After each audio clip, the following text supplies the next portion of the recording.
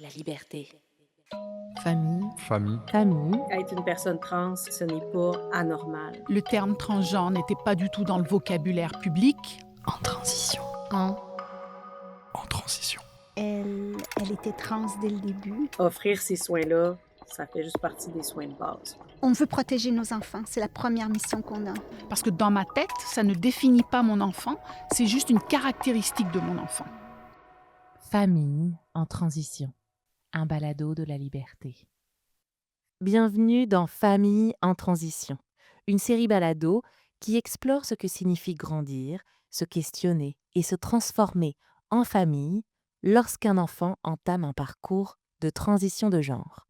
Au cœur de cette série, il y a France, notre animatrice. Ce projet commence avec son histoire. Mère d'une femme transgenre de 34 ans, elle s'est mise en quête de quelque chose de plus grand. D'autres parents à qui parler, d'autres histoires à écouter, d'autres manières de comprendre la famille en transition.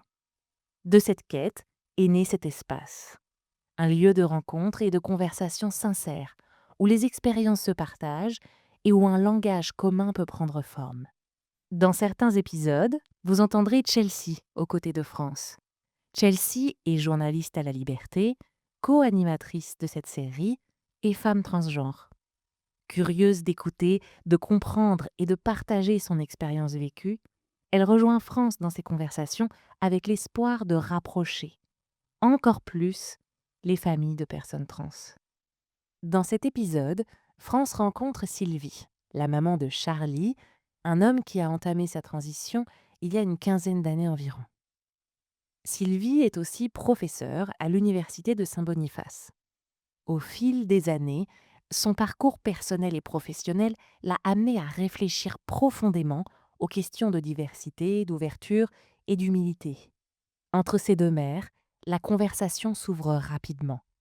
Et dès les premiers instants, France choisit de se rendre vulnérable en partageant un petit bout de sa propre histoire.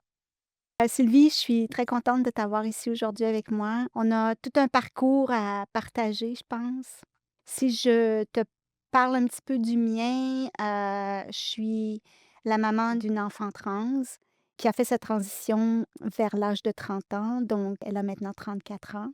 Donc c'est encore nouveau pour moi de faire ce balado.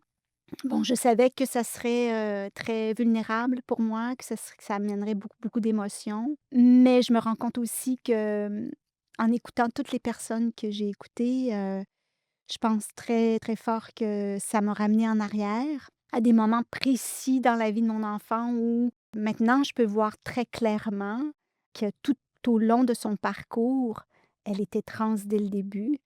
J'ai appris beaucoup de choses. J'ai appris qu'un enfant de 3 ans, qu'un enfant d'1 an, peut déjà savoir, connaître, profondément son identité, de genre, et c'est ce que je vois dans mon enfant par l'écoute de vous, les parents.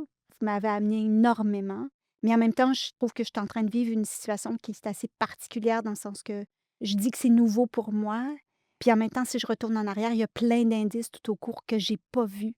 De par la société dans laquelle j'étais, de par où j'étais moi dans mon parcours, je vis quelque chose qui est très conflictuel présentement. C'est-à-dire que je le vis au présent, mais en même temps, je fais le deuil de la mère que j'ai pas été.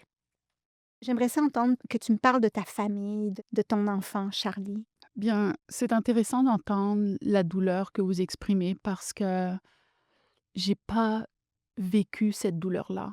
Comme je l'ai vécu différemment, moi, quand Charlie est venu nous parler. J'ai la chance d'avoir...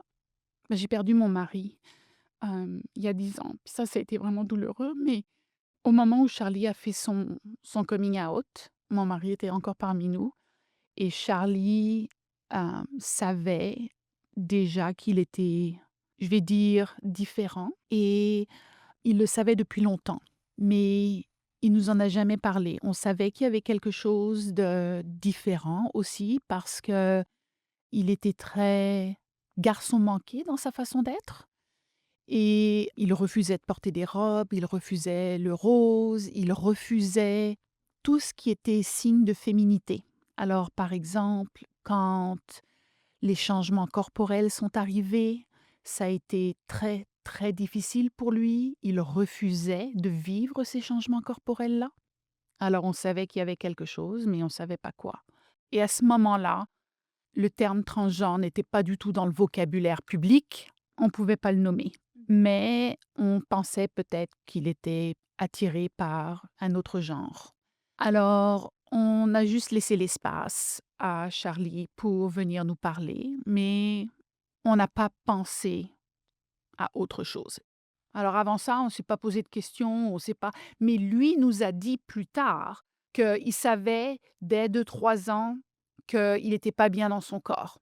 Il aurait pas pu l'exprimer dans des mots, mais Oui, à l'intérieur, il sent un il le malaise. savait très tôt Mmh. qu'il n'était pas bien dans son corps et qu'il n'était pas une fille, il n'était pas bien. Lui le savait, mais nous, on n'avait aucune idée. Pourtant, Sylvie précise qu'elle et son mari évoluaient déjà dans un milieu où les questions d'identité et de justice sociale étaient présentes. Tous les deux enseignants, ils se considéraient ouverts, informés, attentifs. D'ailleurs, pour Sylvie, c'est surtout son travail à l'université qui a été déterminant. Ses étudiants-étudiantes lui ont ouvert les yeux sur la diversité des parcours et des identités, et l'ont ainsi aidé à accueillir cette diversité comme une richesse, à la maison aussi. Moi, je viens de la France, j'ai jamais connu cette diversité-là. Mais quand je suis arrivée au Canada, que j'ai commencé à enseigner à l'Université de Saint-Boniface, on m'a donné cette chance de côtoyer cette diversité-là dans la salle de classe et d'être assez humble comme enseignante pour pouvoir accueillir et apprendre. Parce que quand on est enseignant, finalement, on est apprenant avant tout et on doit accueillir des gens qui ont un bagage, qui ont une vie, qui ont des connaissances, qui ont des identités, qui sont autant source d'informations, de richesse que de partage, qui nous enseignent à nous, enseignants, comment être et comment être vecteur de justice sociale et de vecteur de changement dans la société.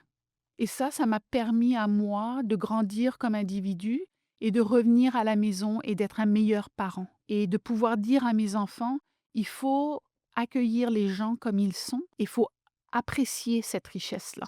Donc quand Charlie est venu nous voir et nous a dit, je me sens différent, pour nous c'était comme, OK, comment est-ce que tu te sens? Mais il ne savait pas comment il se sentait. Alors là, on parle de quel âge? 10, 11, 12 ans, il se cherchait. C'était très évident qu'il se cherchait. Mais il ne savait pas encore qui il était. On parlait beaucoup de peu importe qui tu es, peu importe ton identité, on t'aime. Ça ne se négocie pas. Alors, tu n'as pas besoin d'avoir peur, tu n'as pas besoin de t'inquiéter de ça. Tu as ta place dans notre famille. Alors, quand tu te trouves, tu nous le dis, mais nous, on sera là pour toi. Alors, il n'y avait pas de Il n'y pression. avait pas de pression et il n'y avait pas d'inquiétude à avoir. Mais malgré ça, je pense que Charlie restait inquiet du fait qu'il pouvait y avoir quand même une déception par rapport à son identité, de comment est-ce que nous, on allait le recevoir. Il y a toujours cette peur de décevoir les parents par rapport aux rêves qu'ils ont de leurs enfants. J'ai toujours eu des étudiants qui m'ont inspirée. Alors, j'ai eu par exemple un étudiant qui s'appelle Éric, qui a fait la une de La Liberté il y a des années, parce qu'il avait fait un article qui s'appelait Chrétiens et homosexuels. Je l'avais dans ma classe à ce moment-là. Et je remercie toujours Éric pour avoir fait ça parce que j'avais trouvé ça tellement courageux de sa part d'avoir fait cette déclaration-là et d'être venu me parler après ça. Parce que à ce moment-là, je trouvais ça très intéressant qu'on puisse associer ces deux termes-là quand, dans la vie courante, les gens ne pouvaient pas comprendre qu'on pouvait avoir plusieurs identités, qu'ils pensaient être contradictoires et que je ne comprenais pas pourquoi ça pouvait être contradictoire. Et il avait passé beaucoup de temps à m'expliquer qu'en fait, ça n'était pas contradictoire du tout, mais que c'était tabou dans la société. Cette question de tabou m'avait beaucoup marqué et Eric est un des étudiants qui m'a inspiré à modifier beaucoup ma pédagogie et beaucoup le matériel que j'utilise dans ma salle de classe pour intégrer des personnes qui font partie de communautés marginalisées, mais des personnes qui sont perçues comme des héros ou des personnes qui sont fortes et non pas victime. Parce que souvent, les groupes marginalisés dans les romans ou dans les albums ou dans les revues sont victimes et sont pas des personnes fortes. Alors qu'en fait, ce sont des gens qui sont extrêmement fortes. Mais une très grande résilience, un courage Exactement. héroïque. Même avant Charlie, j'ai beaucoup grandi grâce à mes étudiants. Ça paraît bête ce que je vais dire, mais par rapport à quand j'étais en France, si tu m'avais demandé: «Est-ce que tu connais quelqu'un d'homosexuel ou de transgenre?», j'aurais même pas su répondre à la question parce que j'avais aucune idée de ce que ça voulait dire. Et je pense que si j'étais restée en France et que j'avais eu mes enfants en France, je serais tombée des nues si Charlie avait fait son coming out en France. Parce que j'aurais pas été aussi informée et aussi ouverte d'esprit qu'au Canada. Ça, c'est sûr et certain. C'est devant une émission américaine de Lisa Lang sur des enfants transgenres aux États-Unis que tout a basculé pour Charlie. Il avait alors 15 ou 16 ans. En regardant cette émission avec sa mère, il s'est reconnu. Il lui a confié: «Maman, je pense que je suis transgenre». À partir de là, on a fait un peu de recherche et puis il en a parlé à sa sœur parce que j'ai 2 enfants. Charlie qui avait 15-16 ans à cette époque-là et Mélissande qui en avait 14. Comment ça s'est passé avec, Avec sa sa sœur, sœur? très, très bien. Sa sœur est super ouverte d'esprit et très pro justice sociale. Puis ça a changé leur relation d'une certaine façon? Est-ce que ça l'a mis quelque chose d'encore plus solide entre les 2? Oui, parce qu'elle était, supportrice à 100 de son frère et puis ensuite il en a parlé avec des amis. Alors eux ont été les premiers au courant avec moi, puis ensuite on a mis son père au courant. Puis ça s'est super bien passé aussi. Donc il y avait pas de conflit ou de surprise, comme on savait que Charlie était différent, mais ça a été comme: «OK, là maintenant on sait». Alors on était tous sur la même longueur d'onde et ça s'est très bien passé. Puis on était soulagés, en quelque sorte, que Charlie se soit trouvé. Là, maintenant, c'était comment est-ce qu'on gère? Comment est-ce qu'on partage? Fallait trouver un nouveau prénom. Fallait changer les papiers. Fallait alors je voulais savoir à quelle vitesse Charlie voulait avancer, parce que c'est lui qui devait être aux commandes de tout ça, à son rythme. Ça demande aussi quand même un dialogue entre les 2. Vous devez toujours vous parler. La conversation est très importante, là. Oui. Et j'ai dit à Charlie: «Pourquoi tu nous en as pas parlé avant? On aurait pu t'aider avant, on aurait pu faire d'autres choix». Puis il a dit: «J'ai pas osé parce que je voulais pas vous décevoir». Puis ça m'a déçu qu'il ait eu cette crainte, en dépit du fait qu'on pensait être ouvert. Mais comme ma fille m'a dit à plusieurs reprises, puis on s'entend, hein, c'est pas du tout la même chose parce que nous, on le vit, beaucoup plus tard. Alors il y a plein de choses qui viennent, avec ça, mais dans les conversations qu'on a eues, une des choses, c'était: «C'est tellement plus grand que toi, maman. Tu beau te sentir coupable, j'aurais dû être comme ça comme parent, mon Dieu, j'aurais dû le voir. Pourquoi est-ce que j'ai pas vu à ce moment-là?» Et puis l'idée, c'est tellement plus grand que toi. C'est pas juste le parent, c'est la société dans laquelle on vit. On vit dans un monde qui est binaire. Ben, c'est ça que je me suis dit, puis je me suis dit: «Ça sert à rien de se lyncher». J'ai dit à Charlie, j'ai dit: «Maintenant qu'on le sait, on va agir. Dis-moi de quoi tu as besoin, je suis là pour toi». Et à partir du moment où Charlie m'a dit: «J'ai besoin de ça», on a mis la machine en route et on a fait tout ce dont il avait besoin. Est-ce que vous allez vers un traitement d'hormones à ce moment-là? Comment ça se passe cette transition-là? Puis jusqu'où Charlie est allé? On a attendu qu'il ait l'âge légal, parce que là, il avait 16 ans. On a attendu qu'il ait 18 ans. Là, on a attendu de faire les changements de nom, puis qu'il finisse sa 12e année. Donc, quand on a fait la transition, il avait 18 ans. Et puis là, on a fait faire les hormones. Et puis ça a été très vite, parce qu'une fois qu'il a pris la décision, il fallait qu'on fasse le changement de nom, le changement de genre. C'est devenu comme une nécessité viscérale. Au niveau, santé mentale, est-ce qu'il y a eu des Non, une fois que la décision était prise, il s'est senti tellement mieux, puis il savait qu'il était appuyé. Alors, on a fait les démarches. Comme je dois avouer que on a de la chance, on est au Manitoba et puis, bon, c'est pas parfait, mais c'est quand même mieux qu'ailleurs. Ben, on dit que Et c'est une dans ce que j'ai compris, on dit que c'est une des provinces qui est la meilleure. alors, nous, on a trouvé ça comme le processus assez fluide. Puis encore, dans notre bonheur. On a été à la clinique avec un cas et puis on a eu une travailleuse sociale qui parlait français et puis il a pu faire son traitement hormonal. Et puis après ça, il a fait l'ablation mammaire. Et puis ensuite, un petit peu plus tard, il a fait faire une hystérectomie. Donc on est rendu là au niveau des traitements physiques. Ça, c'est toujours au début de la vingtaine. Oui, et puis ça se passe très bien. Et tout a été fait au Manitoba. Oui. Pas besoin d'aller en Thaïlande pour le Non. traitement. Et Tout s'est fait ici et c'est fait de façon très, très fluide. Encore, je veux dire, on a de la chance. On a eu des médecins au centre de la santé qui ont été formidables. Il y a des gens qui nous ont dit: «Je ne sais pas quoi faire, mais je vais trouver l'appui dont j'ai besoin». Alors, il n'y avait pas de jugement. Non. Les gens étaient très, très ouverts. Son médecin a dit: «Je ne sais pas, c'est la première fois que j'en entends parler. Je ne connais pas du tout comment ça se passe, mais je vais me renseigner». Et pour moi, ça, c'était comme je suis très à l'aise avec ce genre de réponse Ouais. parce que je comprends comme puis vraiment, Charlie devait être un des premiers à faire ce parcours-là en français et je me suis dit: «OK, c'est correct de pas savoir, puis c'est correct de le dire». Que la personne dise: «Je suis là pour t'aider, je vais te trouver les ressources», je suis très à l'aise avec ça. Entre le début du traitement hormonal et les chirurgies, ça Je vais s'étale dire sur peut-être 1 combien? an et demi. Comme parent, je trouvais que le délai était raisonnable, 6 mois. Mais Charlie a trouvé un petit peu difficile d'attendre parce que lui savait, puis il voulait juste que cette partie de son corps lui soit retirée. Ouais. Alors, il avait juste hâte que ça arrive. Et je comprends ça parce que pour lui, la dysmorphie corporelle était très, très importante. Et puis je lui ai demandé aussi, j'ai dit: «Pour moi, c'est super important que tu me dises qu'est-ce que je dis aux gens quand les gens me disent: "Comment vont tes filles?"» Parce que moi, j'ai besoin de répondre et je veux absolument que les gens sachent que je suis très fière de mes enfants. Puis on est une petite communauté francophone. Alors quand les gens vont me poser la question, est-ce que je réponds: «Mes filles vont bien?» Est-ce que je réponds: «Oh ben, j'ai un garçon et une fille maintenant, puis ils vont bien?» Ou est-ce que je réponds: Mes enfants vont «Mes bien. enfants vont bien», comme ça c'est neutre. Parce que j'ai dit: «Je veux surtout pas que les gens pensent que j'ai honte de mes enfants en ne disant rien». Alors qu'est-ce que je réponds? C'est toi qui me dis. Si je dis quelque chose, je vais faire ton coming out en même temps. Alors, il faut que tu me dises. Il m'a dit: «Tu peux le dire». Alors là, j'étais très soulagée.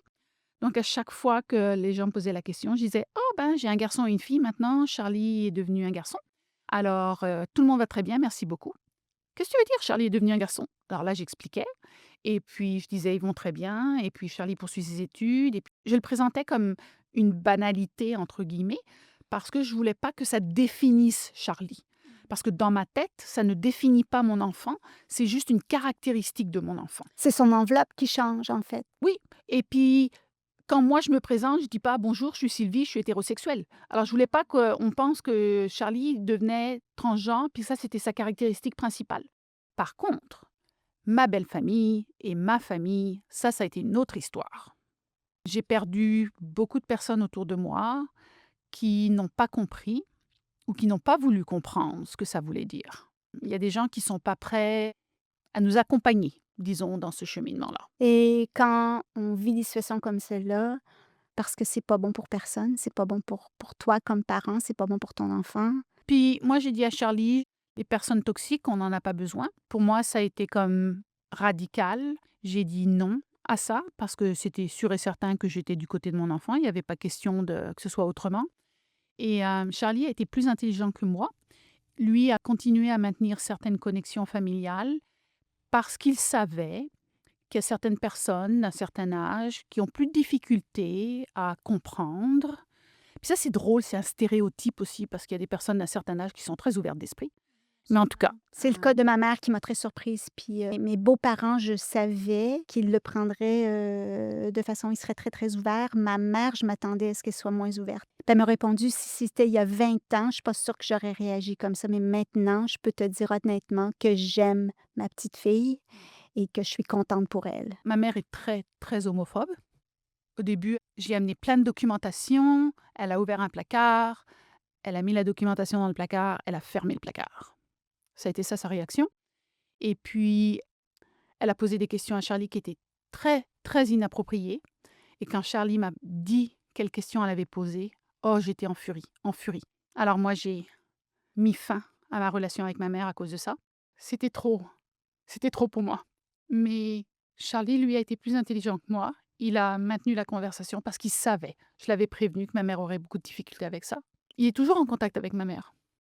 Ça devient un peu le même c'est parce que ta mère doit faire son propre Oui, cheminement, ta mère absolument. doit faire sa propre éducation. Tu peux pas Oui, tout lui enseigner et puis tu as fait ce que tu pouvais, n'est-ce pas? oui, Tu as apporté des livres, oui.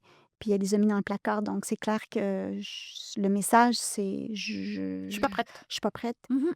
Et je Mais le savais. ouais, Mais dans ma mais tête, c'est venu c'était te comme... chercher. Yeah. C'est Oui, vraiment parce venu te que chercher. c'est son petit-fils. Et oui, et je comprends. Comme cognitivement, je le comprends. Mais émotionnellement, pas du tout. Il y a une grosse différence entre les 2. Je pense que nos enfants, ils ont un cœur qui est tellement plus grand que le nôtre. Ils ont dû se protéger, mais en même temps, cette protection-là les a pas, fermés du monde. Moi, je comprends pas, par exemple, les parents qui mettent à la porte les enfants quand ils leur disent qu'ils sont trans.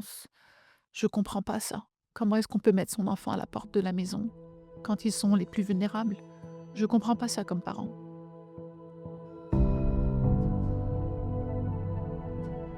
Et puis j'ai dit, moi, pendant ce temps-là, je vais me renseigner, je vais apprendre, je vais comprendre tout ce que cela veut dire, parce que j'avais besoin de m'éduquer. Et je voulais pas que la seule responsabilité repose sur lui. Pour moi, c'était important que ce soit pas lui qui m'apprenne tout ce que j'avais besoin d'apprendre. Pour moi, c'était important que je fasse mon travail comme parent, de qu'est-ce que ça voulait dire, de qu'est-ce que ça engendrait, de qu'est-ce que ça allait bouleverser dans son monde, dans mon monde. Et ça a été un besoin impératif de comprendre comment ça allait changer sa vie et comment ça allait changer la nôtre. Et il y a 15 ans, on peut dire, est-ce que cette information-là était disponible facilement ou c'était un processus qui était difficile pour aller justement s'éduquer? Ça a été un processus qui n'était pas difficile dans le sens qu'il y avait quand même un peu d'informations qui étaient disponibles. Mais par exemple, c'était le début des changements légaux. Alors, il y a plein de gens qui n'étaient pas au courant de ce que ça engendrait. Par exemple, quand on a voulu faire changer son permis de conduire, Autopac n'était pas au courant qu'on pouvait faire changer les permis de conduire. Il a fallu éduquer certaines personnes par rapport à des changements comme ça, par exemple. Tu dois faire ta propre éducation, mais tu es aussi en charge d'éduquer tous les autres. Oui, mais Charlie est formidable dans ce sens-là qu'il a compris qu'il avait un rôle à jouer, puis il était prêt à prendre ce rôle-là. Mais je voulais pas que ce soit sa seule responsabilité parce que je trouve que des fois, on demande aux personnes qui ont je vais dire, une unicité comme ça, de prendre le rôle d'être les personnes responsables d'éduquer tout le monde. Et c'est pas juste. Les gens Non, ont absolument. la responsabilité de s'éduquer eux-mêmes aussi. Mhm. J'étais en train de faire mon doctorat à ce moment-là. J'ai changé complètement mon sujet pour m'éduquer en même temps que je faisais ma recherche parce que je me suis dit, comme parent, je dois comprendre et comme éducatrice, je dois comprendre qu'est-ce que ça veut dire. Comment est-ce que ça se passe dans les écoles? Comment est-ce que les enseignants accompagnent les jeunes qui sont d'une diversité de genre? J'avais besoin de faire ce travail-là moi-même. Puis le travail que tu as fait, c'est pour répondre à tes propres questions, c'est ta propre recherche, en fait. Alors, c'est un peu le même principe que je suis en train de faire ici en faisant le balado, c'est d'aller m'informer de cette façon, puis de comprendre le plus grand possible, en fait. Oui, c'est ça, parce que il faut, comme pour accompagner nos enfants, il faut qu'on comprenne. On ne peut pas tout à fait comprendre ce qu'ils vivent. C'est comprendre qu'est-ce que ça veut dire, c'est comprendre le cheminement qu'ils peuvent vivre, c'est comprendre ce qu'on a manqué, c'est comprendre comment on peut les appuyer, quelles microagressions ils vivent au quotidien, c'est comprendre toutes les barrières qu'ils ont, mais aussi tous les appuis qu'ils peuvent avoir. Alors, pour moi, c'est important d'être là dans ce sens-là. Et c'est aussi comprendre comme éducatrice, qu'est-ce que je peux faire au quotidien pour appuyer les étudiants qui sont dans cette situation-là et qui n'ont pas fait leur coming out, ou ceux qui ont fait leur coming out pour qu'ils puissent se sentir visibles dans ma salle de classe. Mais qu'est-ce que tu as appris de tes travaux sur les jeunes trans dans les écoles? Ce qui me frappe le plus, c'est le fait que nos écoles doivent être des milieux bienveillants, sécuritaires, et qu'en fait, elles ne le sont pas. Pas rendu là. Non. Il y a beaucoup de travail à faire, et il y a beaucoup de travail qui est fait. Mais il y a encore beaucoup de violence à l'encontre de ces jeunes. Alors, nos jeunes ne sont pas nécessairement en sécurité dans les écoles encore. Non, il y a beaucoup de micro-agressions.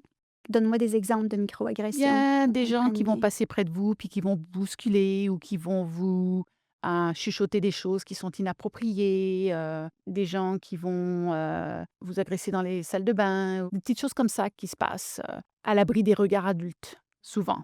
Et alors, c'est des choses qui se passent sans que, on puisse vraiment, La seule personne qui les voit, c'est la personne qui les reçoit. oui, et puis ça se fait souvent sans qu'on puisse vraiment dire que c'est de l'agression, mais c'est quand même de l'agression. Ça demande à l'enfant trans d'épaissir sa carapace. Oui, alors des fois, il y a des espaces où il y a pas de représentation, LGBTQ. Il y a pas de drapeau, il y a pas de livres qui sont lus, il y a pas de pronoms qui sont utilisés, il y a pas de, visibilité en tant que personne, où on n'en parle pas. On a l'impression d'être la seule La seule personne personne trans trans, dans c'est ça. l'école parce que tous les autres enfants qui sont trans ne veulent pas se dévoiler. On n'a pas d'œuvre qui en parle, c'est jamais mentionné dans les exemples. On n'a pas de modèle, comme les personnes qu'on nomme comme modèles, que ce soit en mathématiques ou en sciences humaines ou en histoire, sont jamais trans. Alors on n'a pas de représentation positive, des choses comme ça qui n'existent pas dans nos écoles. Alors comment toi tu accompagnes les équipes éducatives, les enseignants là-dedans? Parce que ça fait partie de ton travail maintenant, je crois? Alors moi, par exemple, j'en parle, souvent dans mes exemples. J'utilise le pronom «iel» régulièrement, j'utilise l'écriture inclusive, j'utilise, beaucoup d'œuvres, de textes qui parlent des personnes trans. J'ai une bibliothèque avec, ces œuvres-là. Ah, je m'en viens chez toi chercher des livres. Oui, j'en ai plein, de la maternelle à la 12e année. Je parle beaucoup d'articles qui sont publiés, sur ce sujet-là, et je donne des exemples de personnes trans qui font des choses incroyables. J'ai des invités qui sont trans. Alors j'essaye d'en parler dès que j'ai l'occasion pour montrer que ce sont des personnes comme vous et moi qui sont dans la vie et qui font des choses constructives et positives et qui transforment la société. Quand on parle du milieu scolaire, on parle élémentaire, secondaire. Est-ce qu'il y a des choses qui sont faites? Est-ce qu'on présente comme toi tu présentes? Ça dépend des écoles. Il y a des écoles qui le permettent, puis il y a des écoles qui le permettent pas. Et souvent la réponse, c'est parce que la communauté n'est pas prête. OK, la communauté n'est pas prête. Alors où est-ce qu'on commence? Il faut enseigner à lire des choses, et il faut négocier, selon moi. Il faut lire des livres qui parlent de diversité humaine, mais les gens pensent, à mon avis, que quand on parle de diversité de genre, tout de suite on met des mots dans la tête des jeunes. Mais j'ai plein de livres, de la maternelle à la 12e année, qui parlent de diversité de genre sans jamais identifier les termes identité de genre. Ça parle de diversité parmi l'humanité, mais sans jamais nommer ces termes-là. Mais les jeunes comprennent qu'on parle de diversité de genre, mais sans jamais qu'on leur mette des mots dans la tête. Alors, j'ai un livre pour la maternelle, par exemple, avec le petit chaperon rouge qui veut aller à la toilette. Et c'est une toilette neutre, et ça parle d'identité de genre, mais sans jamais parler de toilette neutre et sans jamais parler d'identité de genre. Tout Ça simplement. normalise des choses Ouais. sans jamais identifier quoi que ce soit.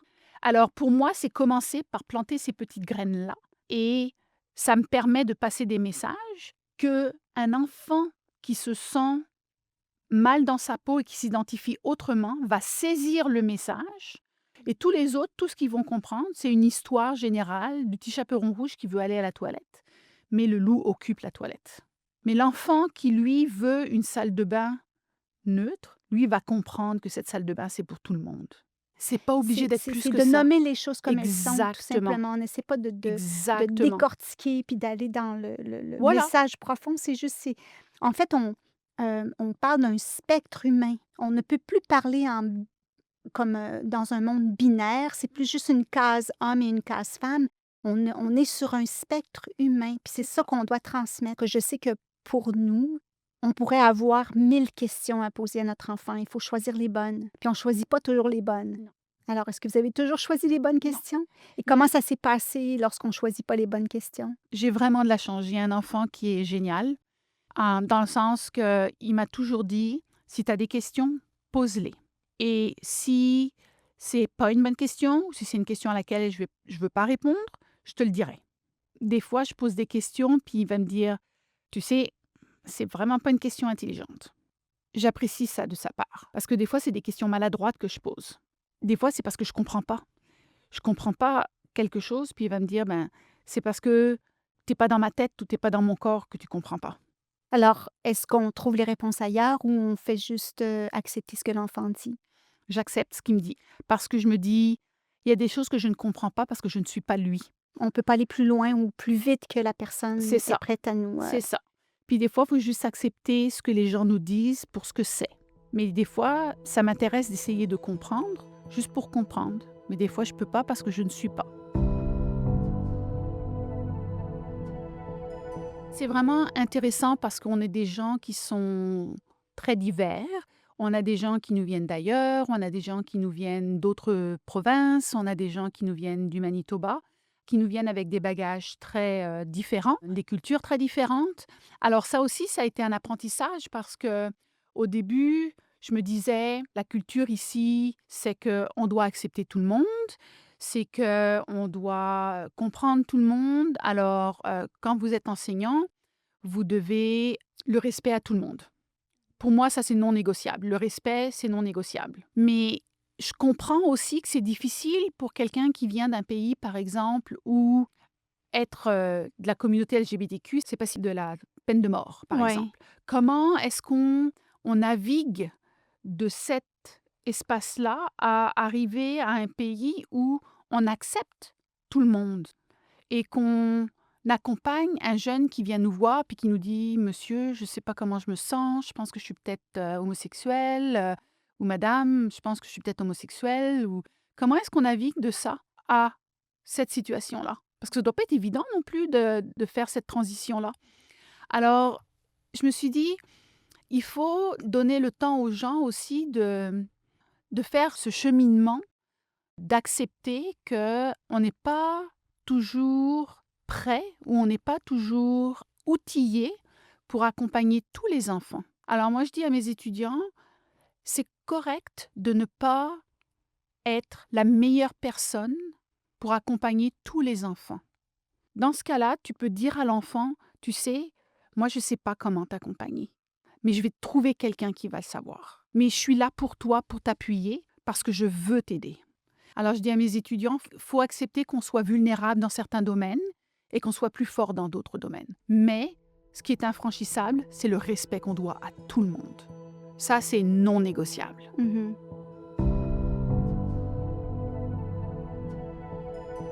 Parle-moi un petit peu de Charlie maintenant. Charlie, maintenant, est un homme épanoui. Il est travailleur social, il est marié, il attend avec impatience d'être papa. Il adore les jeux D&D, il a beaucoup d'amis, il a 4 chiens. C'est un jeune homme très généreux de son temps, très généreux aussi avec les gens autour de lui. C'est quelqu'un qui est très famille. Il a Ben, c'est une valeur qui est très importante aussi oui. pour toi, hein, donc Mhm. ça a Il y été a transmis de il façon, y a il prend exceptionnelle, je il est crois. très généreux, il prend soin des gens autour de lui et il est très, serviable aussi. Il est toujours là pour nous. C'est quelque chose que j'apprécie beaucoup. C'est quelqu'un qui a un grand cœur. Je l'aime beaucoup. Beaucoup, beaucoup, beaucoup. Et je suis très fière de lui aussi parce qu'il prend le temps de redonner à la communauté et d'éduquer les gens sur ce que ça veut dire être trans. Il contribue à des ressources pour éduquer les gens sur ce que ça veut dire. Ça, j'apprécie parce que je sais qu'on lui demande beaucoup à ce sujet et j'apprécie qu'il le fasse parce que j'essaye de faire ma part aussi pour l'appuyer dans cette démarche, pour que ce soit pas seulement sa responsabilité. Mais j'apprécie qu'il le fasse quand même parce qu'on n'a pas beaucoup de ressources en français. Je trouve ça appréciable. Qu'est-ce que tu dirais, aux familles ou aux parents? Je ne sais pas s'il y a un conseil que je peux donner, mais honnêtement, moi, je dirais aimer vos enfants pour qui ils sont. C'est le plus grand conseil que je peux donner. Vraiment, on ne fait pas des enfants pour nous, on fait des enfants pour qu'ils rendent le monde meilleur et qu'ils soient eux-mêmes et qu'ils soient heureux.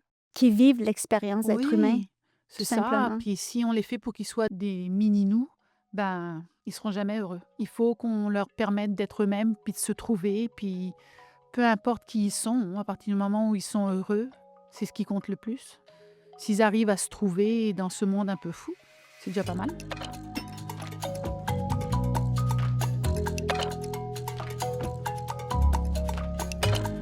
Un grand merci à Sylvie pour sa participation et sa générosité dans cet épisode.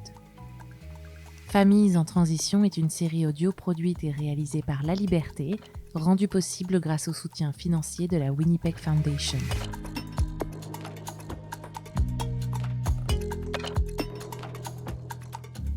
Animatrice, France Adams. Réalisation et voix off, Morgane Lemay. Enregistrement et identité sonore, Mehdi Beredad. Montage, Martha Guerrero. Identité visuelle, Sonia Rousseau. Gestionnaire des opérations, Mélissa Odino. Direction adjointe, Lisiane Romain. Directrice et rédactrice en chef, Sophie Gaulin.